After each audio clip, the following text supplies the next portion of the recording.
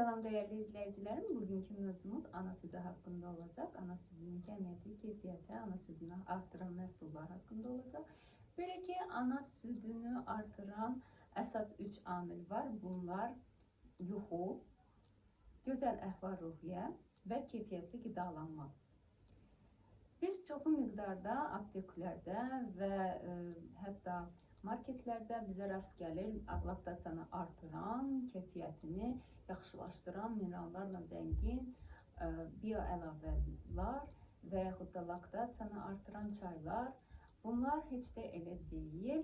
Çünki niyə? Çünki artıq ana südündə bizim körpəmizə lazım olan hər cür minerallar və vitaminlər vardır. Əlavə bioəlavələrə ehtiyac yoxdur. Çünki ana südü hər tərəfli uşağı təmin edir. Belə ki, sadəcə olaraq ananın keyfiyyətli qidalanması buna biraz əvvəlkindən artıq keyfiyyətli, əsasən də keyfiyyətli qidalanması lazımdır ki, uşağa lazımlı miqdarda minerallar, vitaminlər getsin, xeyirli maddələr getsin. Belə ki, bu laktasiyanı artıran çaylar qısa müddətli olsa da südün miqdarını artıra bilir. Amma bu sadəcə olaraq bu çayları biz isti halda qəbul etdiyimizə görədir. Çünki hətta adi mayeni belə mayeni ilk şəkildə, isti şəkildə qəbul etdikdə ana südü zaten artır. Yəni bu laktasiyanı artıran çaylara ehtiyac yoxdur. Bunlar aldadıcıdır, qısa müddətlidir. O cümlədən də vitaminlər, hətta vitaminlərin çoxluğu, əvvəla bu bioəlavələrdə bu vitaminlərin tərkibini dəqiq heç kəs öyrənməyib. Hətta öyrənilibsə də bu yəni yüksək miqdarda vitaminlərin uşağın orqanizminə getməsi, ana südü ilə birbaşa getməsi hətta ziyanlı ola bilər. Bunlar haqqında da sonraki mövzularımızda danışacağıq. Belə ki, ana südünü artıran əzizlərim, əsas 3 amil var. Bunlardan biri gözəl yuxu, rahat yuxu, keyfiyyətli qidalanma və ən əsası gözəl əhval-ruhiyyə. Bəli, gözəl əhval-ruhiyyə. Gözəl əhval-ruhiyyə həqiqətən də bizim hormonlarımıza təsir göstərir. Laktasiya da hormonal bir prosesdir. Ona görə də əhvalınızı həmişə xoş tutun. Nə qədər yorğun olursanız olun, körpənizlə yaxşı, gözəl vaxt keçirdin. Onu sevə-sevə qucağınıza alın. İlk aylarda uşaqla, dəri ilə kontakt ana südünü stimulür eləyir, artırır zaten. Ona görə də uşağı qucaqda saxlamaq, uşaqla qısa müddətdə olsa yanınızda saxlayıb onu yatışdırmaq, qucağınızda yatışdırmaq və tez-tez uşağın tələbatına uyğun olaraq onu qidalandırmaq südlə.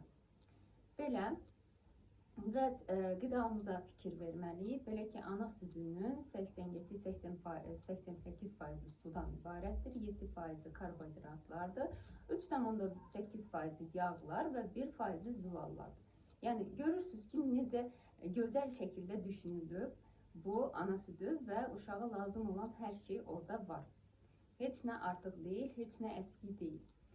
Ona görə də uşaq lazımlı maddələri alır. Və burada ən əsas oliqosaxaridlər vardır. Oliqosaxaridlər karbohidratlardan əmələ gəlmiş oliqosaxaridlərdir ki, bunlar heç bir bioəlavələrdə alına bilməz. Və yaxud da laktasiyanı artıran çayların içərisində bu əlavələr ola bilməz. Bu birbaşa insan orqanizmi tərəfindən, karbohidratlar tərəfindən parçalanan oliqosaxaridlərdir. Bu oliqosaxaridlərin funksiyası nədir? Bu oliqosaxaridlər uşağın bağırsağında xeyirli mikrofloranı, xeyirli bakteriyaları artırır. Bu bakteriyalar, bunlara şəkər lazımdır və şirin lazımdır. Oliqosaxaridlər də şirinlidir. Bunlara lazımdır, xeyirli şirinidir. Lazımdır ki, bu bakteriyalar artsın və sonraki aylarda, sonraki yaş dövrlərində uşağın bağırsaq sistemi, mədə-bağırsaq sistemi möhkəm olsun ki, yediklərini yaxşı həzmə verə bilsin. Xeyirli bakteriyalar əmələ gəlməlidir. İlk 6 aya qədər. Bunu da ana südü, karbohidratlar, oligosakaritlər mükəmməl yerinə getirir. Yəni heç bir əlavə lazım deyil.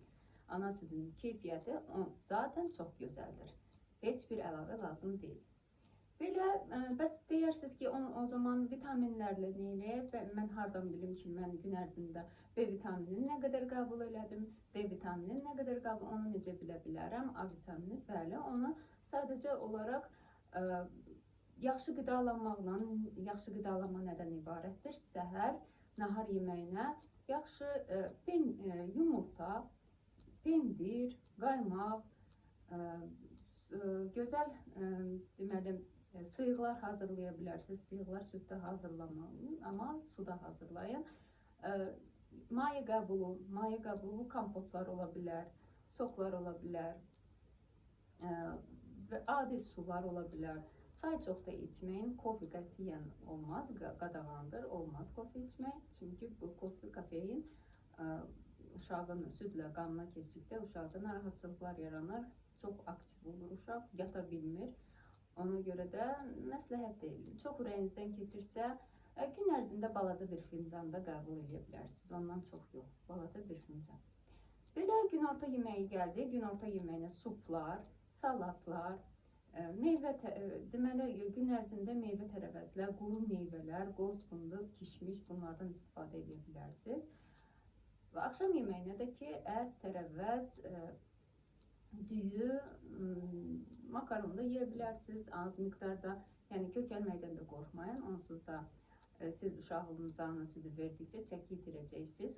Onsuz da belə, yəni ən çox da qalinantlara fikir verin, ac qalmayın. Bu bir ovuc gün ərzində quru meyvələr ola bilər.